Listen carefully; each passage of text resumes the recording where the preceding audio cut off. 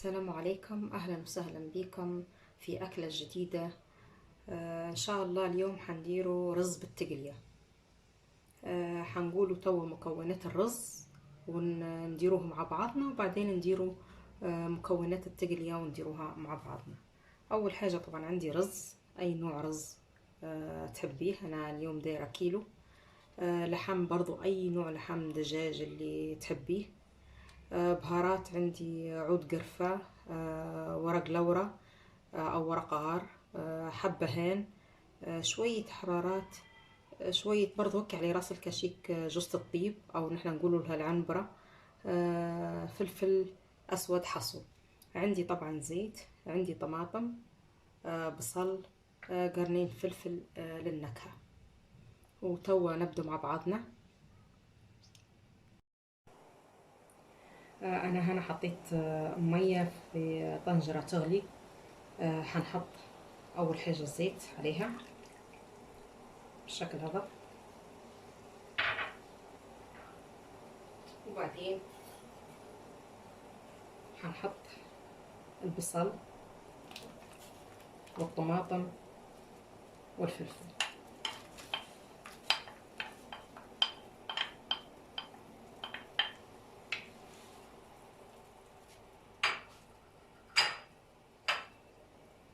حنحط البهارات بتاعي،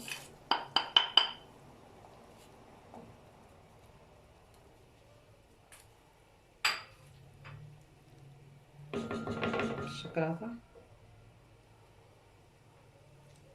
وبعدها نحط اللحم.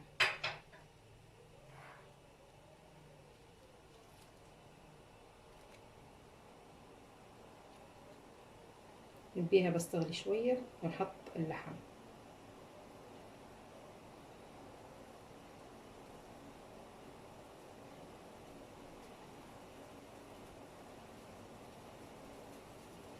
هي فكرتها انك انت تحطي كل حاجة على بعضها، بعد ما يطيب اللحم تصفيه، وبعدين نحطه الرز. هو هي بدها تغلي معايا. هنحط اللحم، بسم الله.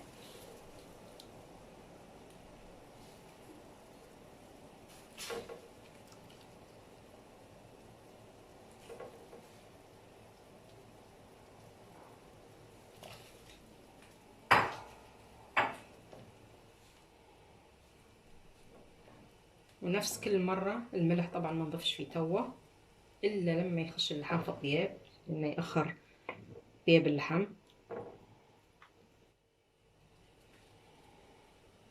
ونخليها توا مع بعضها لعند لما يطيب اللحم، وبعدين نرجع مرة ثانية نصفوا اللحم ونحطوا الرز. وتوا عندي اللحم طاب، حنصفيه.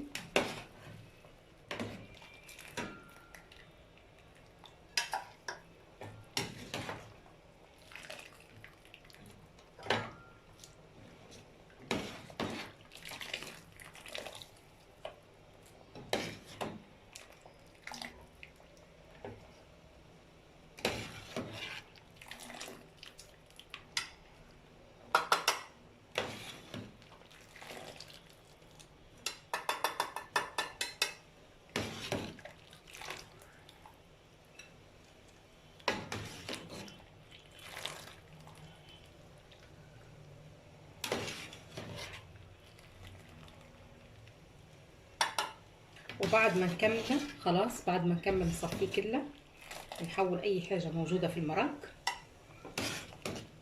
نحط في المرق هذه الرز بتاعنا، وبعد ان شاء الله ما يطيب حنوريكم الشكل النهائي. وتوا حنديروا، حنقولكم على المقادير اللي قلت لكم عليها بتاعت التقليه، اللي هي حنحطوها على الرز. عباره عن بصل مقطع، جوانح كيف ما نحن نقوله، ويكون رقيق مش غليظ التقطيع بتاعها. وعندي زبيب، حمص. الحمص حتى هو يكون منقوع قبلها بيوم، ونحن نقوله متزلط يعني محول القشره بتاعه. بهارات، فلفل اكحل، بهارات او اللي نحن نقول عليها حرارات، كركم، بابريكا، شويه قرفه. القرفه حاطه حاجه بسيطه لان بعدين لما تطيب حنحط عليها قرفه اخرى. كشكين كبار صلصه طماطم، عندي هنياهي سمن، لان بصراحه حلاوتها انها هي تندار بالسمن. وفي اضافه بس للي يحب يديرها، هي تعطي في نكهه اضافيه. اي قطعه دهن عندك، قطعه لحم، قطعه دهن عندك، حطيها تعطي نكهه اخرى للتقليه. وتو حنبدو مع بعضنا الطريقه بالتفصيل. وهذه الطنجره بتاعي اللي حندير فيها التقليه. اول حاجه طبعا حنحط السمن. اللي ما يبيش السمن يحس انه هو ثقيل يحط زيت عادي، مفيش مشكله.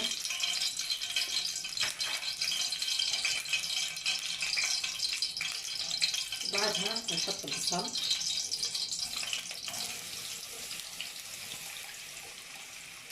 طبعا تاخذ كميه بصل التقليه، لان اساسها البصل اصلا هي.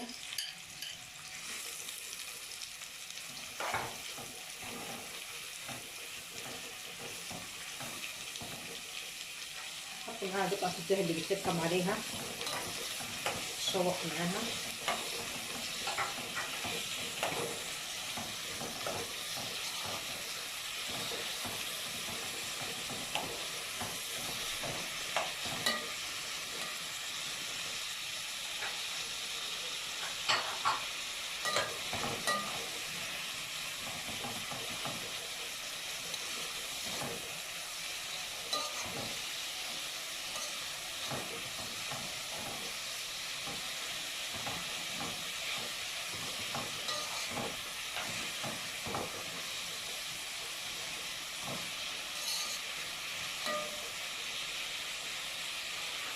نحط البهارات بتاعي.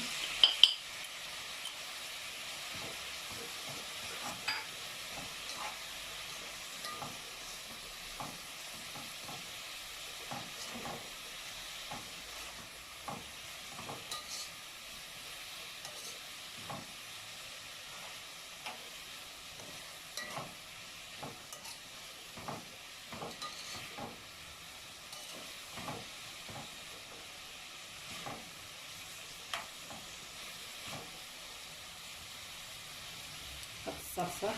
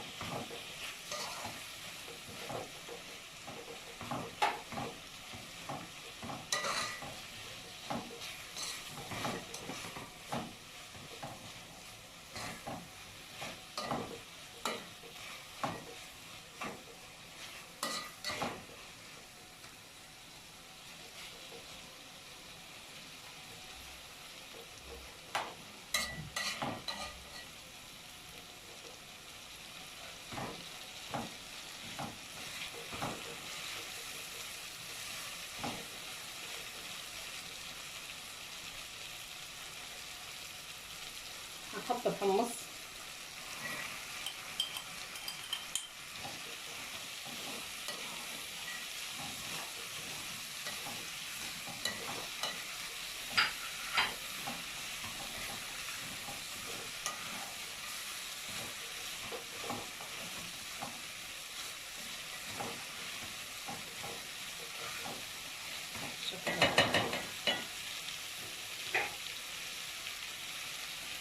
نزيدها ميه.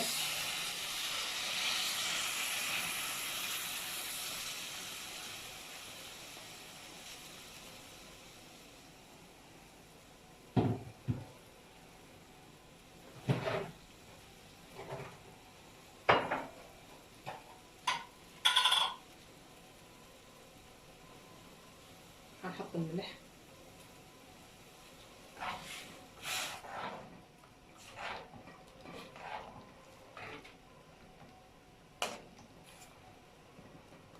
ونخليها تو تغلي مع بعضها لغاية لما يطيب البصل والحمص.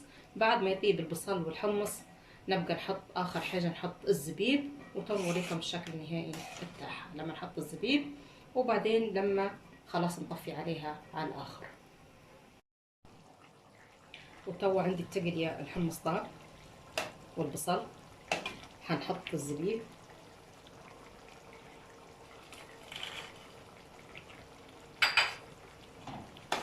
نقلبهم مع بعض شوية.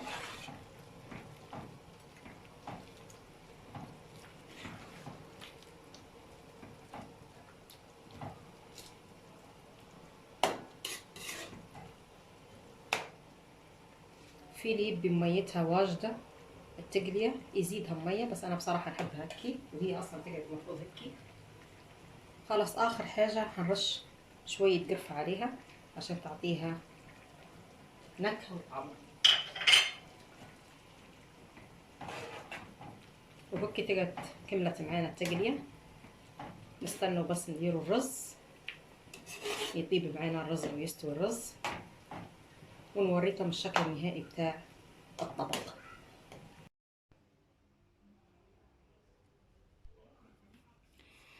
وهذا عندنا الشكل النهائي بتاع الرز اللي بالتقلية. طبعا الرز من تحت والتقلية من فوق بالشكل اللي انتوا تشوفوا فيه، هذه هي. وهذا طبعا اللحم بتاعه، ويا ريت. وطبعا الطبق الثاني هذه تقلية بروحها. في اللي يحب التقلية يزيد التقلية لما مثلا تنقص عليه يزيدها، فنحطه في طبق جانبي. ولو عجبتكم الأكلة بتاعت اليوم، يا ريت نشوف مشاركتكم وإعجاباتكم على الصفحة. والسلام عليكم ورحمة الله وبركاته.